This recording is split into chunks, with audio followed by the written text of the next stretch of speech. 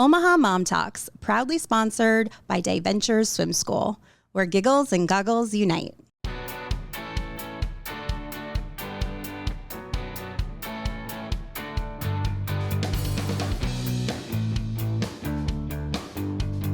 Hello and welcome back to Omaha Mom Talks. I'm your host, licensed mental health therapist, Jessie Gutierrez. Today I am joined by an Omaha area and mom and healthcare provider who's helping people feel less dizzy in more ways than one. Dr. Paige Day, also known as the Dizzy Doc on Instagram. Dr. Paige Day is a nervous system focused provider who treats all things dizziness. She's a physical therapist and sees patients locally in Omaha, Nebraska, and worldwide through her online offerings. We're going to talk about mom life, dizziness, what in the world vestibular rehab is, and how Paige is bringing care directly to patients. Whether you've dealt with dizziness or not, this chat is going to open up your eyes to a corner of healthcare that many moms don't know much about, but they definitely should. Let's get into it. All right, Paige, welcome to Omaha Mom Talks. Hi, thank you for having me. Yeah, I'm so glad that we get to meet in real life. We connected a while back on Instagram. Yes. And I think originally I didn't even know that you were from Omaha, which is super cool. So tell our listeners just a little bit about yourself. Yeah. Well, we are an Air Force family. So we moved here. My husband and I actually both grew up in Iowa, so right next door, which is really convenient for us because we could have been a million other places. Yeah. So we're an Air Force family. I'm a mom, a wife. We have 3 kids. We've got a 4-year-old daughter, a 2-year-old, well, she just turned 3-year-old, Okay. 3-year-old daughter, and a 4-month-old son. And then we have a dog as well. Congratulations on that new baby. How old is new baby again? He's almost 5 months. He's almost 5 months. Okay. How's postpartum treating you? This time has been great. Each time around is a little bit different. Yeah. We had our struggles up front, but he is the most chill baby. And he's sleeping pretty well for the most part, but I definitely still deal with that postpartum brain fog and just the chaos of the logistics of having 3 kids and getting 3 kids out the door and fed and clothed and all of that. Now, does your husband travel for work or is he like here? He travels sometimes. Okay. He's usually here, but actually just last week he was gone for the whole week. So I was solo parenting it, but it was fine. Okay, he did it. We survived. Good. So tell us just a little bit. You said you grew up in Iowa, and then where did you pursue your education? Yeah, so I went to Iowa State University for my undergrad, and I got my major in kinesiology and health, pre-physical therapy, minored in exercise science and coaching, thinking that maybe I always knew I was going to be a physical therapist, which is ultimately what I did, but I thought maybe I'd also be a track coach because I really like track and field and cross country. So I went to Iowa State, and then I did my PT school at Clark University in Dubuque, Iowa. So it was 7 years of school total. Just came out as a regular generalist physical therapist working in outpatient orthopedics. Dabbled in acute care, ICU, that kind of stuff for a while, and then ultimately started my practice, which is a whole journey and a whole story. Yeah, I would love to hear just a little bit about, or, not a little bit, a lot of it, about your business and how the Dizzy Doc came to be. Yeah. So I always loved vestibular, and that term is very big. And what does it even mean? But vestibular is a system in our inner ear. So it's our movement detector, it's one of our primary balance systems, and it's our spatial orienter. So it tells us where our body is in space at all times. And it's one of our sensory systems. We often think of our 5 senses, but we have more senses than that. Number 6 is our vestibular system. So we learned about that very briefly in physical therapy school, and I just loved it right off of the bat. So then working my first job out of school, I remember going to the secretary saying, hey, anybody that says they're dizzy, please put them on my schedule. And she was totally fine with that because no one else in the office wanted to see dizziness. Okay. So I started getting my toes wet with that, doing all the con ed, and I just really loved it. And then I got pregnant with my first daughter. Ended up being really sick with severe preeclampsia and having to have her at 33 and 5. Okay. So I was in the hospital for a long time. She was in the NICU for a long time. How long was she in the NICU? 28 days. Okay. Yeah, and that was in the middle of COVID too. So no visitors. I could hardly visit her. Wow. First child, didn't know what I was doing. How scary. It was scary. It was really hard. And I just knew I couldn't go back to work in the same capacity that I was, and I needed to make a change. So I still stuck with the same company, but just different hours. Okay. I worked PRN. So instead of having my clinic that I worked at, I just floated to a bunch of places. While I was postpartum and on my maternity leave, I started an Instagram account called The Dizzy Doctor. And that was just for me. I kid you not, I had 0 followers. I did not care about that at all. I was posting educational content. It was a creative outlet for me because that's my passion. That's my love. So I started building that. And then 4 months later, I had a former patient reach out to me that really wanted my help. And I encouraged him to go back to the clinic that I knew him from. And he said no because he wanted to work with me. And I didn't want to leave him high and dry. So I thought, well, maybe I'll go see him in his house and do a concierge deal. But I had to start a business. I had to file for an LLC. What was I going to call it? So I thought, I'll just call it The Dizzy Doctor. I've got this Instagram account and, then it'll be official. And that way, if I wanted to see some people with dizziness on the side, I could do that, no problem. And so that's kind of how the business started and how I got into things. Super postpartum. You were saying baby was 4 or 5 months or a little bit. Baby was 3 months when I started the Instagram. Okay. And then when I started the business, baby was 6 months, 7 months.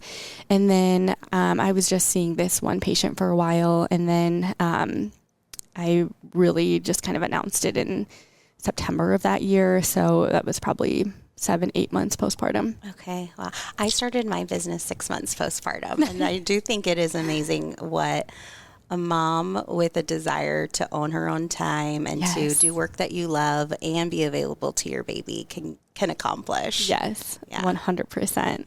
It's really cool to look back on that and think, wow, we were juggling so much. And then we started these businesses. Yeah. And I know for me, I was brain fog. I felt dumb in the head at the time. So I was me too, one step at a time. I'm going to try my best here. Yeah. Actually doing the therapy part was the easy part because I knew I was good at that. It was all the business stuff that was I don't know what I'm doing. No one teaches you how to do business. No. So you started the Dizzy Doc first on Instagram and then created your business. Let's kind of break down a little bit more about vestibular dysfunction and what are, because that word is one of those words that you might think that you know what it means and what it entails, but unless you are either in your world or you've suffered from chronic dizziness, it may be something new to your ear. So what are some of the common symptoms of vestibular dysfunction? Backtracking real quick. Oh, yeah. Yes, the term is you've either never heard of it before or you think, dizziness. Vestibular dizzy, I just got off merry-go-round. That's what it is. Yeah. But there is a whole world inside of vestibular. Okay. So it's one of our sensory systems, but it houses a lot of different diagnoses and they all kind of overlap. Okay. But we have our peripheral vestibular system, which is our inner ear. It's a structure. And then we have our central vestibular system, which lies in our brainstem. And so both of those systems have to be operating efficiently, talking to each other, to feel good, to work well, to know where our body is in space.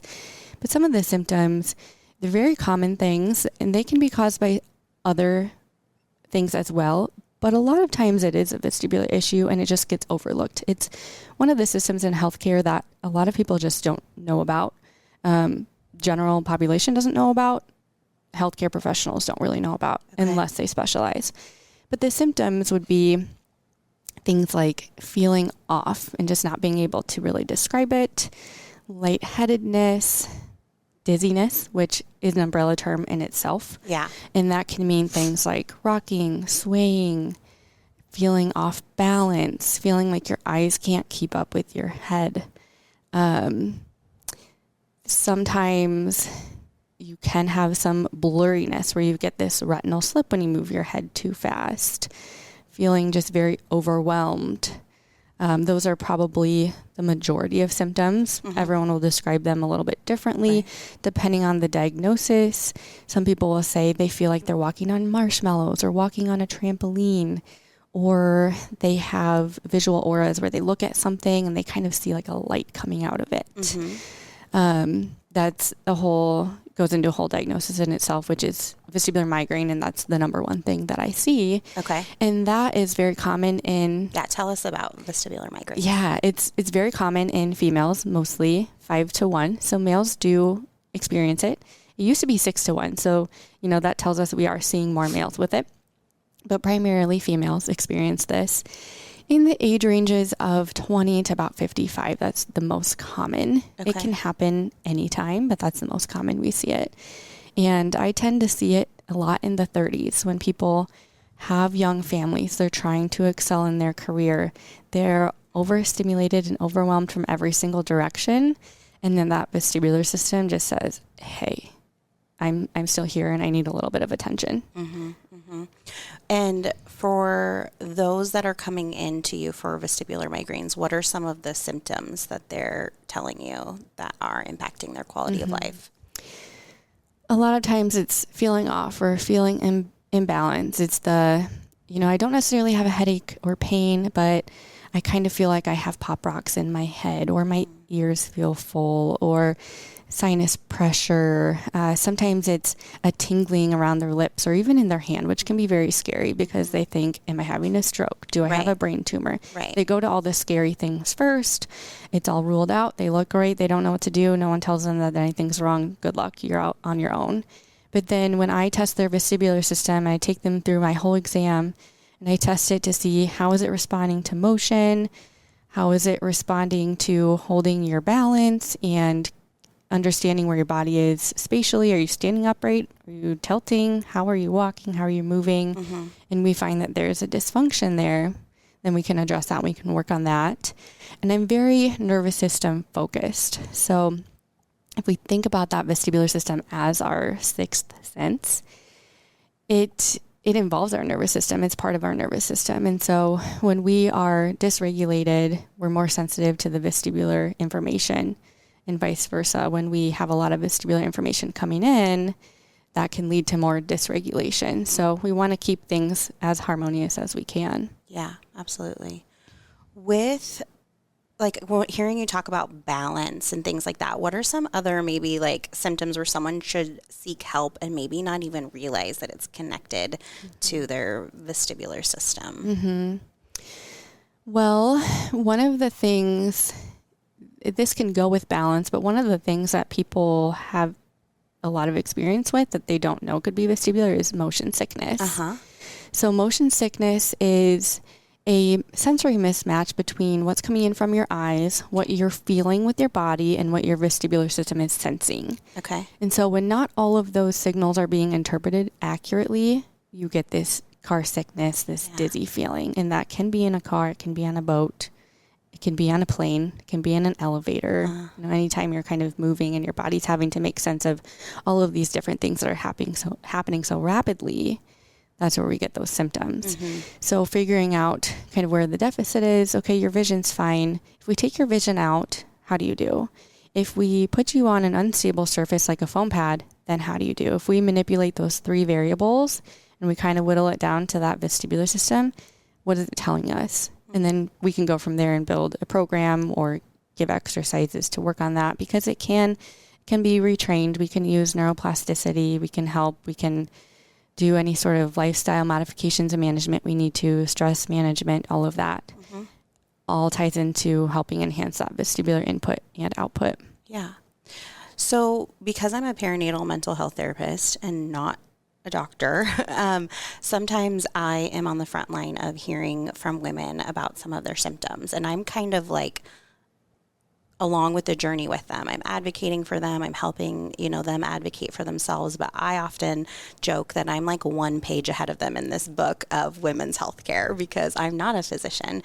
And so one of the common things that I hear from a lot of my patients is experiencing extreme dizzy episodes, during their period. Is that something that is a thing? Is that common? Is that something we just have to endure, or are there remedies or help for those folks? It is very common, and it's often overlooked probably because it's so common. People just think, oh, this just happens. I just have to deal with it. But there are things you can do about it. And it's very similar to that postpartum period, where... which is another time where I'm hearing about it. Yes, where we have this drop in estrogen, progesterone, this hormone shift, that can make us more sensitive to underlying vestibular issues that were already there. We can also see new vestibular issues arise in the postpartum. Not necessarily you're going to get a new vestibular issue arising every time you have your period. If you're getting dizziness from that, it's probably something that you've already had, and you're just in a more vulnerable state to have symptoms at that time because of the hormone shift, because of potential fluid retention, because of a disruption in the quality of sleep that you're getting and stress, the things that come with menstruation generally. But if you know your cycle and you can track it, you understand your patterns, you can be more prepared. That preparation, being able to predict that, okay, I may be a little bit more sensitive to things when I'm starting my period or about to start my period, you can then mitigate it by knowing that maybe you need to slow down a little bit or give yourself a rest day, or you know that you need to drink more water, be more intentional about your bedtime, things like that. Okay, so some of those lifestyle changes. Yeah. Eating well, even though sometimes you start your period and that's the last thing you want to do is eat well. But also just finding your vestibular therapist and having 1 session, 2 sessions to have a little tune-up, work on that vestibular system. That can go a long way as well. Same with the postpartum period. When we're in that sleep deprivation stage, that fatigue, that can increase our neural sensitivity. So that vestibular information comes in and we're more sensitive to it. Yeah. It's also, a huge lifestyle change. We're bent forward, we're caring for a baby, we're feeding a baby, we're changing diapers, we're holding, rocking all day long. We get into this kind of forward posture. That can lead to neck stiffness, shoulder stiffness. We're not moving our head as much, creating more vestibular sensitivity, some cervicogenic dizziness coming from the neck. We also think about, what happens to our pelvic floor and our core when we're pregnant and postpartum, and that's weak. That can lead to imbalance, which can also affect the vestibular system. They all go together, so kind of co-managing care with the vestibular or the pelvic floor therapist as well can be really important. But the takeaway here is, yes, it happens. Yes, it's common, and there are things you can do about it. Great. With I just first want to clarify, the Dizzy Doc, do you see men and women of all ages, or what is your specific clientele? Men and women of all ages. Typically, I don't see the young pediatrics. I see about 10, 11 plus. Okay. Mostly females, just because of the population, that's who gets it most. But I have my seasons where I see a lot of males too. But 11 plus, male, female. Okay. So you're seeing like geriatric folks as well. Yeah, I've had 90 plus year olds in my office as well. Okay. Yeah. And then in terms of women, how often are you feeling like their symptoms of dizziness might get dismissed or overlooked, especially during like the new mom stage when there's so many rapid changes? All the time. I would say in the postpartum period, unless they are aware that they've had a vestibular dysfunction before, they probably are just brushing it off themselves too, of I'm just tired, I just have a new baby. They went to their 6-week checkup, they passed their postpartum depression and anxiety screen, they just need to survive. Yeah. But they can still have that vestibular issue and they can still work on it. They just might not recognize it. So I'd say, if they're not bringing it to anyone's attention, it's obviously not being addressed. Even if they do mention something like, I've been a little bit dizzy in my 6-week postpartum checkup, then the provider might say, oh yeah, it's just, that can happen sometimes, and they'll probably get dismissed. So I would say more often than not, that's what's happening. Well, and then if a patient is feeling dizziness and it's like especially related to either this postpartum sensitive period, is it something that will get better on its own, or is it something that will prolong until they eventually either just learn to deal with it or get care? It may not get all the way better, but the symptoms will get less as mom starts getting a little bit more rest and being able to take care of herself more. Vestibular issues and dysfunction, depending on the diagnosis, some of them can heal completely and go away, and some of them are kind of lifelong issues where they have kind of seasons where they ebb and they flow. You're not going to notice them as much in some periods, and then times of heightened stress, not taking care of yourself very well, you're going to see them kind of come out of the woodwork. Okay. And that's where we want to see people for those tune-ups, where they're having some symptoms, but it really depends on the diagnosis. Most people, when they are pregnant, it can go either way, but it tends to be that most people when they're pregnant, if they have an underlying vestibular issue, they'll feel better when they're pregnant. And then 1, 2, 3 months postpartum, they'll feel okay. And it's usually that 3rd month postpartum where they're like, okay, I'm feeling a little bit off. Something's a little bit off here. I'm not quite right. I'm a little bit dizzy, a little bit lightheaded. Picking up my kids' toys is bothering me. Vacuuming is bothering me. Gosh, I couldn't unload the dishwasher the other night. That was tough. They're going to notice some of those things. Okay. Well, I want to chat a little bit about one of your programs that you offer. And if I'm saying it wrong, please correct me. The Vestibular Wellness Collective. Is that right? Yeah. Yeah. So tell us a little bit more about what that program is and who could benefit from it. Yeah, that's a membership program. It's on the newer side. It's about a year old, and I'm always working on it, adding new things. But I call it the collective because that's what it is. It's a collection of professionals in their own right and how their expertise can benefit my vestibular population. Okay. So of course I'm in there with educational videos and movements to do. It was really built as a maintenance program. So people that have finished my premier signature program, which is my one-on-one coaching program. Okay. When they finish that, I had people say, well, now what do? I feel so much better, but I'm afraid for my symptoms to relapse. What do I do? How do I keep this at bay? Well, we want to maintain a certain level of vestibular movement and lifestyle management. So I created this program for that. And I hired a bunch of people to help me out with this. So I have a occupational therapist in there talking about the sensory systems. I have a sleep coach in there talking about the quality of sleep you can get, how to enhance it, why it's so important. I have other physical therapists in there talking about pain modulation because chronic pain is very similar to chronic vestibular disorders. The brain kind of thinks of it as the same thing. And so that information is very helpful to take and then apply it to the vestibular cases. I have a Pilates instructor in there who filmed various Pilates classes that they can do on demand. So it's an easier level class, more of a moderate level class, and then I've filmed some classes in there, like a buns and guns class, that kind of stuff, because I used to teach group fitness classes back in the day. So I kind of pulled that out and filmed some things for them. But then they can kind of pick and choose from this library of movement based on how they're feeling that morning or that day to pick something that's going to align with what they need for the day. Okay. Or just go through, pick by body part or follow the week guides and say, okay, these are the movements I'm going to do this week as kind of my maintenance. Okay. And so is it something that they do in like chronological order and it takes this much time to get through, or is it something that you pull what you need as you need it? You pull what you need as you need it. It's a really passive program. I put a lot into their hands. Here's all the information. You do with it what you want. However, I'm kind of revamping things right now where I am creating like a week 1 and 2. These are your moves. This is how many days and how long I want you to do them. Weeks 3 and 4, that kind of thing.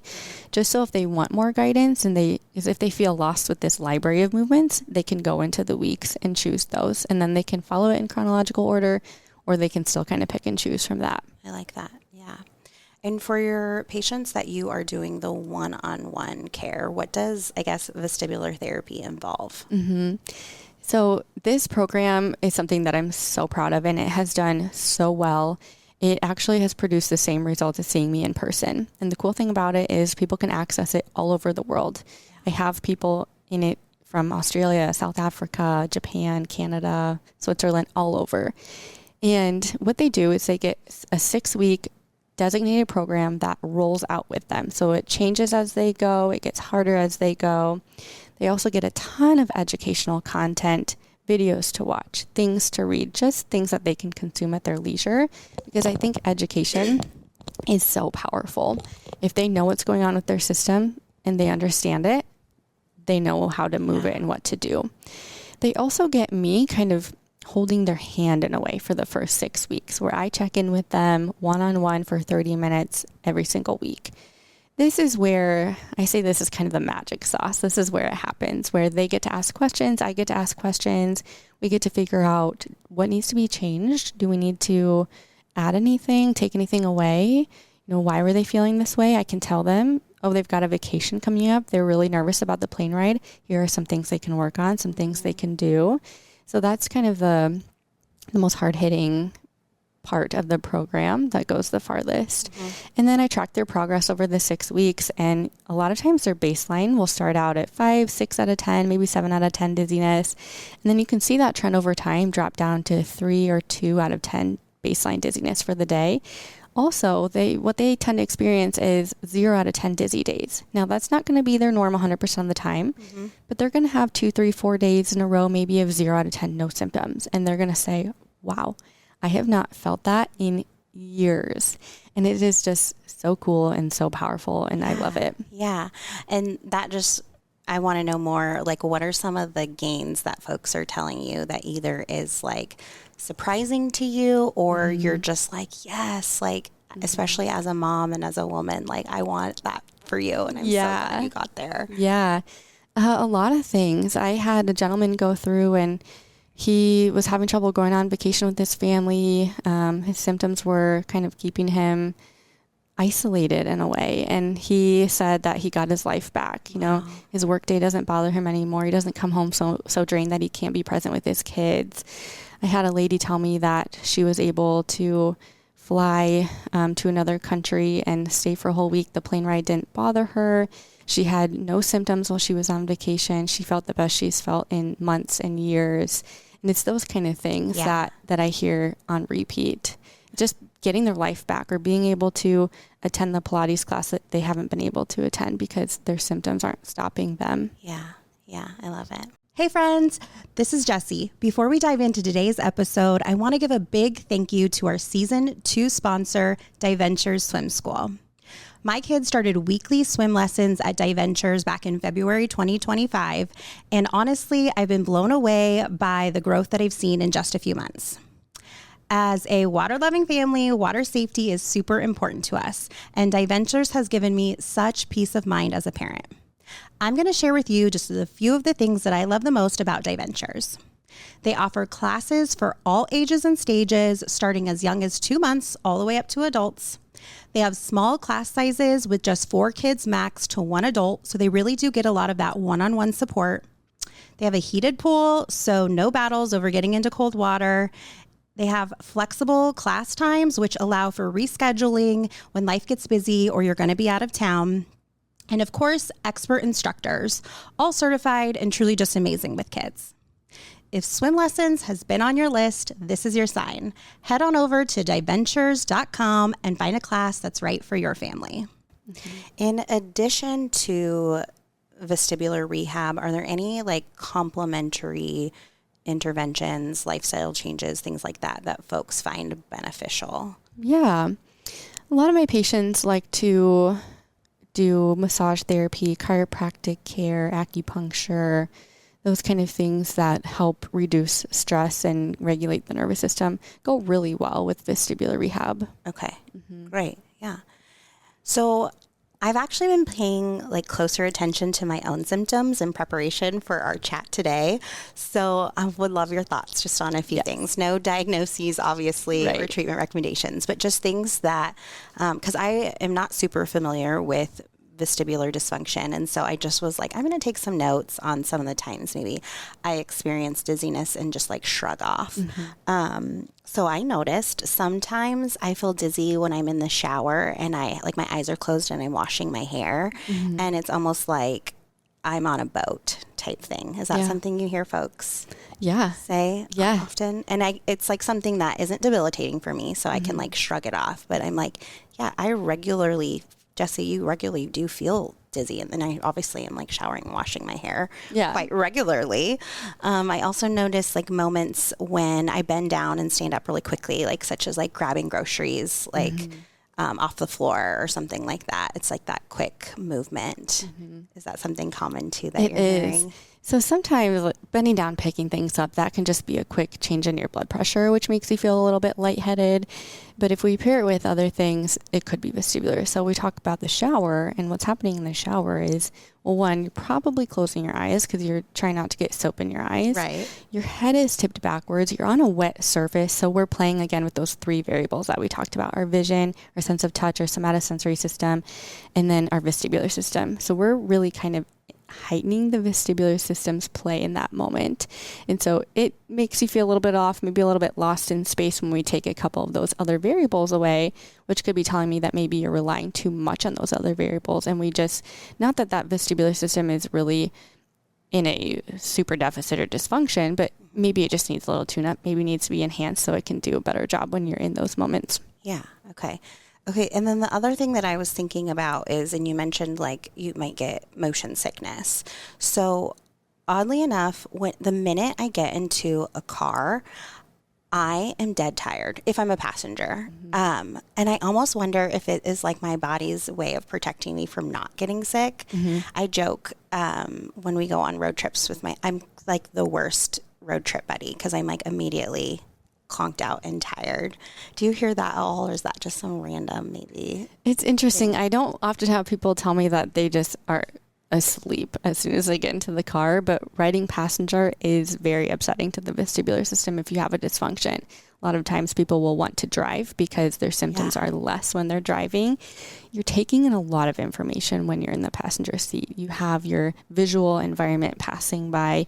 You can feel that you're stationary in the seat, but your vestibular system's like, no, you're moving. What's going on? Yeah. So you're getting that sensory mismatch, but also you've got kids in the back seat. You're probably handing out snacks. You're trying to just the logistics and the stress of like going on a trip or being in the car. You're probably in a rush. All of these things, right? There's a lot going on, and just the passive motion of a car and the gentle vibrations that are happening in the car or on a boat can be very soothing to us. So it could be the combination of that, but also, it could be a protection mechanism where your brain's like, hey, we usually get dizzy here. Let's just fall asleep instead. Yeah. Well, and same with like if I go on a big boat, like in the ocean, I immediately like clonk out where my sister is vomiting.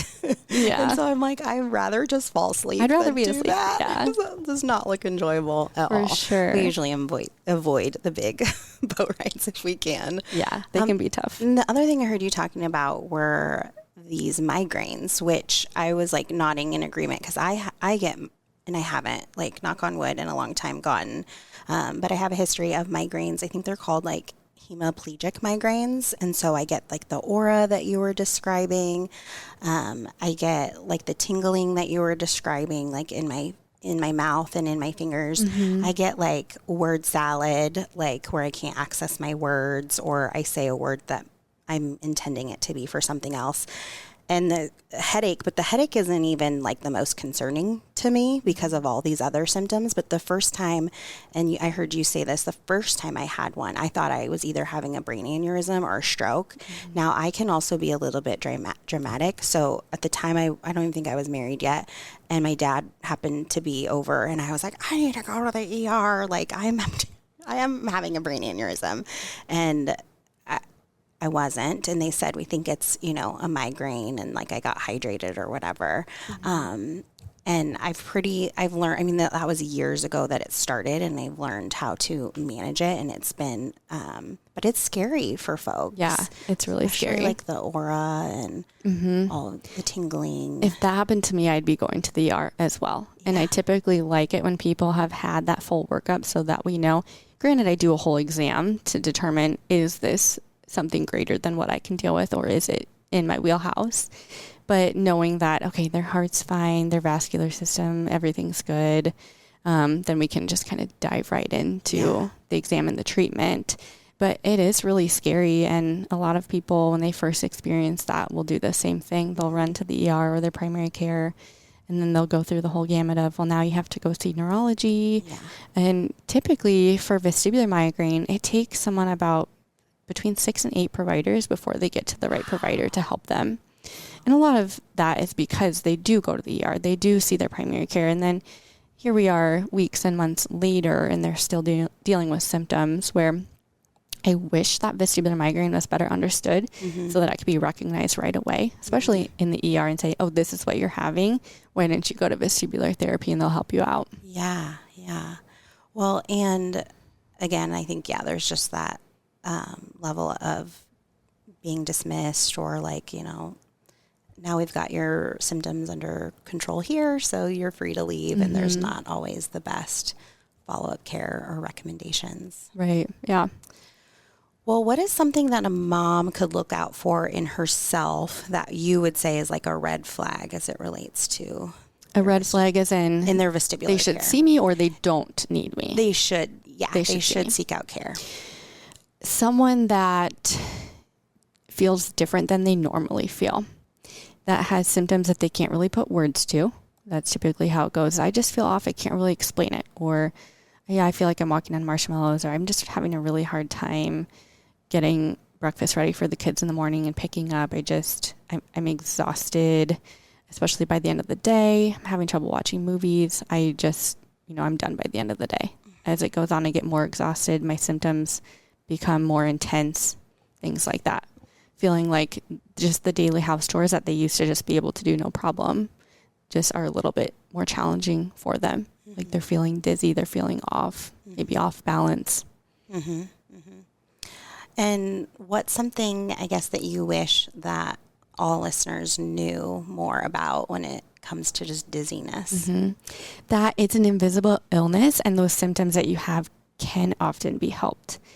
So I feel so bad when people have been dismissed or dismissed their own symptoms for so long because they didn't know that there was an option for care.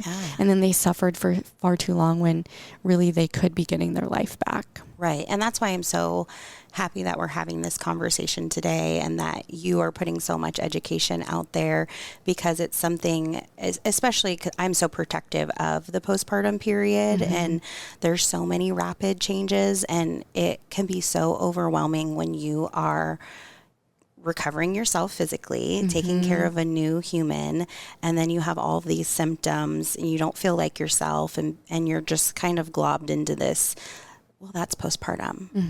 And it's like, but I don't feel good. And so to know that there are options, and to know what might be contributing to it and who to reach out to for support is so valuable for moms. And I always say, let's not miss out on those early years of your kids because you don't feel well. And even if you're not sure, is it a vestibular issue? Is it not? Come in for an exam and I'll tell you. And if it's not, we'll find the next steps. And if it is, we'll work on it, and you'll feel so much better, and you'll be so happy that you did it. Yeah, absolutely. Well, I'd love to transition to a little bit of a chat, just since you are a new mama and of your third. Let's talk a little bit about just what postpartum has been like, maybe in this season, what's been different from your other two babies. I think this time it's had its ups and downs. It's had its hard times. So my son was in the NICU for a week because I had gestational hypertension at the end, and my pregnancies something always happens, something wonky at the end. And I've never carried a single baby to full term. Okay. So I knew that he was going to come early, and I was just praying and praying to make it to 36 weeks. And I was a little bit shy of that. So he had to be in the NICU just because of that, just his gestational age. Not because he needed any support. He was doing really well. But that always just kind of creates a rocky start, because you're not at home with your baby. You get to leave, but you don't get to leave with your baby. That's always a really hard thing, and no mother should have to do that. So that was tough. And then he ended up with actually a lip tie and a tongue tie. Okay. So we had to go through that route and Is that and something get that repaired. you were like on and looking for, or was that something that a provider mentioned to you? So a provider mentioned it to us, because in the past I had breastfed and it was no problem, but in the NICU I just wanted him to get out. So we just did bottles in the NICU, and then I thought, I'll just breastfeed him when he gets home, no problem. I've done it before. But I just felt like he wasn't getting enough, and I'd try to feed him, and then I'd give him a bottle to make sure he was getting enough, but it would take him an entire hour to eat that's a long time. an ounce of milk. And I thought, what? That seems too long. So just randomly at one of his well visits, I asked about it, and they had a lactation consultant there. So she briefly looked at him. We had a couple appointments, and she's like, oh my goodness, he is so sleepy. He's not very alert. We were doing everything to keep him awake. I mean, rubbing him down with wet paper towels and trying to kind of tickle him and keep him stimulated enough to eat a bottle, and he wouldn't do it. So pretty urgently, we had to get in with an ENT and have him evaluated.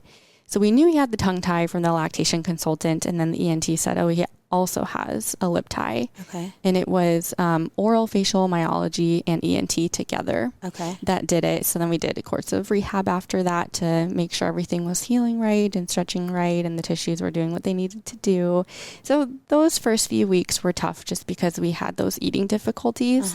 And then he would scream the first several weeks at night, just getting your days and nights together and figuring each other out. With the lip tie and tongue tie. Thank you. So my youngest is 4 years old. So it's been a while since locally I've looked into any of this, but even 4 years ago, there wasn't a lot of providers that were performing those locally in Omaha. What was your experience with getting set up with a provider to do that revision? Really easy.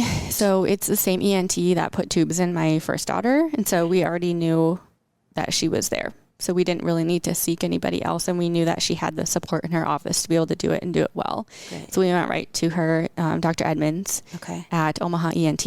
Okay. Fantastic job. Good. Highly recommend them. Good. They did great. My son recovered very, very well and very quickly. Once we got those hiccups out of the way, things really progressed a lot smoothly. And I think just being the third baby, I just kind of know what to expect. I feel like the sleep deprivation and the logistics of how do I manage everything was just so much easier. Good. So it's been great, the postpartum period. Good. Now that we got through those initial hiccups. Well, and then with managing your own business, what did you do for, or how did you decide? Did you set a timeline for yourself for leave? Did you just check in with your body and say, I'm going to take what I need? How did you navigate that? I always take 12 to 13 weeks, always. Okay. And I took that with my first because I wanted to, but also because my health required it, recovering from the severe preeclampsia. And then with the second one, so rewind a little bit. I was 6-7 months postpartum with my first when I started my business. And then a couple months into my business, I found out I was pregnant with my second kid. So I was postpartum, had a new business, and pregnant. And so that was a lot. And my business wasn't big enough by the time I had my middle child to need to hire anybody or stay open. So all my patients were very, very understanding. Yeah. They were patients that were just about done with their plan of care. And a lot of times dizziness is not super urgent unless it's a BPPV, which is the crystals loose in the inner ear, and they do the maneuver, we circulate it, and they feel better. That's more of the let's get you treated right away. Okay. The other things I deal with don't necessarily have to be treated right away. So I took 12 weeks with that, felt great. This time I took 12 weeks as well. I wanted to give that time to my son and be able to just kind of ease back into things. So I did hire somebody this time around. So it's myself and another therapist in the office who's been seeing patients and is still seeing patients, and she's doing a lovely job. Where is your office located? 120th and Blondo. Okay. Yeah, great. When I had my second baby, I was in solo private practice, and I took 4 months off, and I was like, I don't know how I'm going to do it, but I know I'm going to do it because I knew that 12 weeks was not enough for me the first round, and navigated similar to you, where some clients were able to go on pause, some were transitioned to a coverage therapist, some were kind of ready to naturally discharge or pause. And then when being that return to work, the contrast from my first, when I worked at an agency and wasn't ready to go back and really, really, really, really struggled with going back, had breastfeeding struggles, anxiety, all of the things, versus taking the little bit of extra time and coming back slowly was so good for my mental health. So good. Yeah. And just being able to ease back in. Now, was not good for our financial future. My husband was very stressed. Yeah. And I was like, we are going to make it work. I don't care. My mental health is more important. But just in being able to see, what those, now granted the second baby is different because you've experienced it and kind of know what to expect. But man, I just really loved being able to take the extra time and go back slowly versus just now you're back and we're throwing everything at you full speed ahead. Yes. Yeah. That's why I initially had made that change after my first, because I thought there's just no way. Mm-hmm. And I was working 10-hour days plus the commute plus lunch. I would have been gone like 11 and a half hours of the day. I would never see my children. Yeah. So I knew that was just not life for me anymore. But before I forget, I want to comment on, so what you do, counseling, mental health therapy, that is so important to my population as well. And we think of this kind of triad of a healthcare team being vestibular rehab, neurology, and then counseling as well. Because a lot of these invisible illnesses, these vestibular disorders really take a toll on that. Yeah. Especially in the postpartum period too. Anxiety and like avoidance of things, right? Yeah. Just being able to talk to someone, work through their symptoms, because it greatly impacts their life, and they're not who they used to be. They can't do what they used to be until they get that right team to support them. Absolutely. And I cannot tell you how many women I hear for various reasons say, like, I feel like I'm crazy. And usually that's because they're not feeling like themselves, and they're seeing healthcare providers that are, maybe they're, kind and compassionate, but they're not finding any solutions, or they're not giving any relief to their symptoms. And so I'm like, right along the journey with them, reminding that you're not crazy. You just don't feel good. We're going to, keep working together to get you feeling good. Yeah. I hear that so often. Yeah. I just feel crazy. I'm like, no, you just don't You're feel not. good. I hear that too. I was told it's in my head. Well, your vestibular system, yes, is in your head, but your symptoms are not made up. They are there and they're real. Yeah, absolutely. Well, this has been a pleasure chatting with you today, and like I said, in person. So thank you so much for joining us and taking the time out of your busy schedule. Yeah. Tell us, where can folks find you and learn more about the work that you do? Yeah. The biggest place to find me is Instagram. So it's at the Dizzy Doctor, and that's DR instead of doctor spelled out. So the Dizzy Doctor DR. My website is the-dizzydoctor.com. You can find me on Facebook as well, but primarily Instagram. That can lead you to the other places. Perfect. And are you taking new clients right now? I am, yes. Both in person and online. Perfect. Anything else you would like to share with our listeners today? If anybody has any questions, they can always reach out in my DMs or email. I'm happy to answer any questions or kind of point you in the right direction, or just people will often want to book a free 15-minute discovery call with me because they are curious about their symptoms. Does this even align with what you do? Should I make an appointment? Do I sound crazy? Yeah. And so I can kind of guide them through if I'm a fit for them, or if that's not really what I deal with, but maybe you need to go see this person. It's a great option. So just having people know that that's out there too. I love that you offer that. And I think especially just because my population is women, we often minimize our own symptoms. And so getting to share with a professional and say, like, does this require care? Like, or, and having you walk alongside and before they take the time to, block out a whole hour plus on their schedule and then commit financially, they can book that 15-minute consult, and I can say, yeah, you'd be a great fit, or no, let's maybe look at this other provider or office. Yeah, perfect. Well, thank you again for taking the time out of your schedule. And for our listeners, I just want to let you know that if you are feeling off balance, literally or figuratively, you are not alone and you are not imagining things. If you love this episode, share it with a friend or leave us a review, and check out the Dizzy Doc, Dr. Paige Day. Thanks, guys. Thank you. Bye. Omaha Mom Talks. Real moms, authentic conversations, no filter needed.